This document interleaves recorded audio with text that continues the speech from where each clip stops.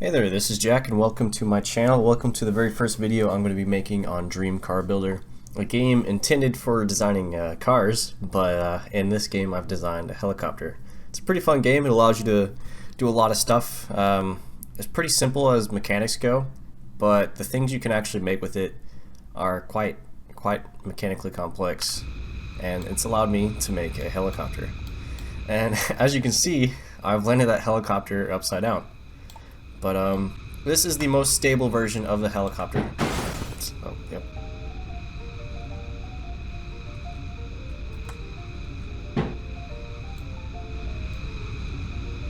And as you can see, I am currently landed upside down. I'm using the pitch of the blades to keep me kind of pushed up against the top of the bottom of this platform.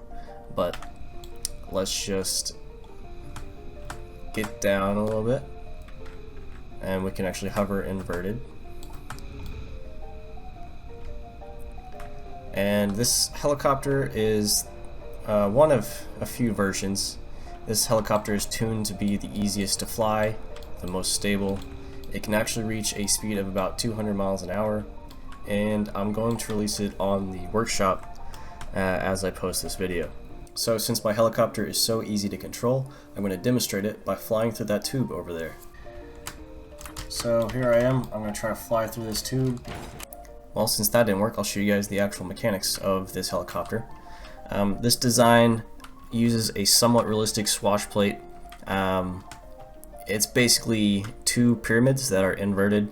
The bottom pyramid is rigid and doesn't rotate freely. It is connected directly to the pistons, and those pistons change the angle of basically this center axis. And the upper pyramid that's inverted is the swash plate, and it is still on the same sort of axis as the bottom one, but it's free to rotate around, and that's what connects the blades together and allows for change of pitch relative to the aircraft's body. So if I move it around here, you can see the ones closest to us moving downwards, pitching downwards, and the ones further away pitching upwards. And that's what gives the cyclical control of this aircraft. And then for collective, it just pushes the entire swash plate assembly up and down the shaft. So that's the control of this helicopter. Another feature this helicopter has is it's able to actually fold up its blades into a more tucked away position. I guess if you're gonna like store it on a ship or something. So yeah, since that first attempt did not work, I'll try it again. I'll try to fly through this tube in order to demonstrate the acrobatic ability of this helicopter. Oh. Yep, so pretty easy to fly. So here's the craft in the design menu. As you can see, the thruster assembly that powers the rotor is attached directly to it, but it is not influenced by the pitch of the blades. Being attached directly to the rotor system gives it more gyroscopic effect and more stability. Then here is the drag ratio for the actual points of the system, of the entire craft. This keeps the rotor system from spinning too fast, but it also allows the craft to fly at a pretty decent speed. So here's kind of like a little montage to demonstrate the acrobatic ability of this stable version of my craft.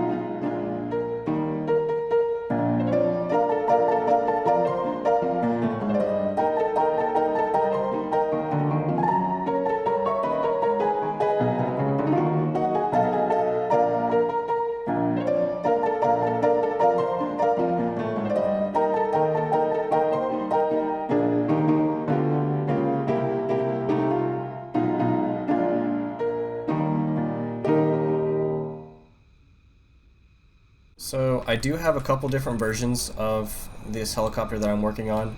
The one that I'm posting and showing in this video is the most stable and easiest to fly helicopter, but I was redesigning the blades and the swash plate to allow for more control and overall trying to maximize the performance.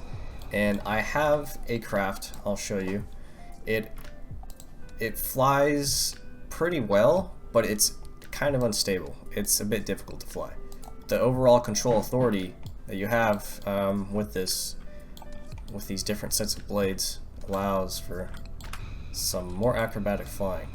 There's a lot more response on the actual pitch of the blades, and you can actually do some pretty insane tricks.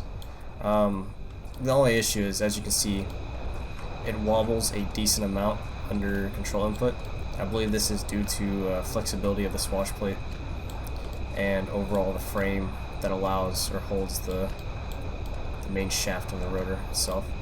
But I've reduced drag and I've added more lift to the blades themselves, and so it allows for a higher top speed and a bit more control. One issue I am having with this helicopter is that it can spin at such a high RPM that it starts to rip itself apart if you are not under any load. You see this wobble, it's going to only get worse. On the stable design, it can wobble, but it will fix itself. This design, it basically does a flip, and it can be worse than that. So yeah, I'm not too sure how to stop this. I'm still working on how to actually control the RPM of the blades themselves. It's a bit hard to when you don't have like any real way to do it other than add drag, I guess. And so I experimented with adding drag to the wingtips and just the blades themselves, but the more drag I add to the blades, the slower the craft's going to fly overall, and so it lowers the top speed.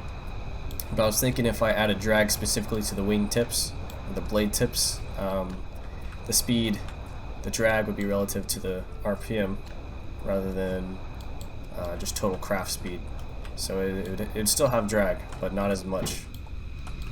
There's a common misconception that with helicopters, if the engine fails on a helicopter, it's just going to fall out of the sky like a brick, but this is untrue. There's a phenomenon called autorotation that pilots can utilize in order to keep energy within the rotor system and keep a high enough RPM that when you're close to the ground, you can actually create enough lift to land safely. And I will demonstrate that here. So I'm going to turn off the helicopter thrusters, which basically keep it at a constant RPM, and let the RPM of the rotor system come to almost zero. So any altitude you have, whether it's with a helicopter or if it's with a plane, is potential energy, and you use that potential energy to maintain a proper landing speed. Say if it's with a plane, you're going to use the correct glide ratio to maintain enough speed that you don't stall and fall out of the sky. With a helicopter's blades, you're going to want to pitch the blades down because you want to utilize the falling speed to actually spin the blades in the proper direction. So you see I still have a positive collective pitch on the blades themselves, and now my falling speed is now pushing the blades in the wrong direction. But if I am to change the collective to a negative collective, it now is going to push, the airflow is now going to push the blades in the correct direction, and the energy from me falling is now going to be stored as rotational energy in the rotor system. And so as I am close to the ground, I'm going to pitch the blades up at the last second and put positive collective at the last second in order to just take the energy out of the rotor system and turn it into lift and let me land somewhat gently. Now I may have gotten into a predicament where I don't have enough altitude to actually spin the blades up completely, so we will see how this turns out. So it's the last second. I have some rotational energy, but I'm still falling at 80 miles an hour, so I am giving it max collective and trying to turn whatever energy I have into rotation or lift. Oh, so that's a bit rough because I didn't have enough rotational energy. But in real life, you wouldn't let the blades come to a complete stop and then give it negative collective to gain that energy. But as you can see, I've demonstrated that it is possible to land a helicopter without any actual engine power, because you can use whatever potential energy that is altitude and turn the falling speed you have into rotational energy.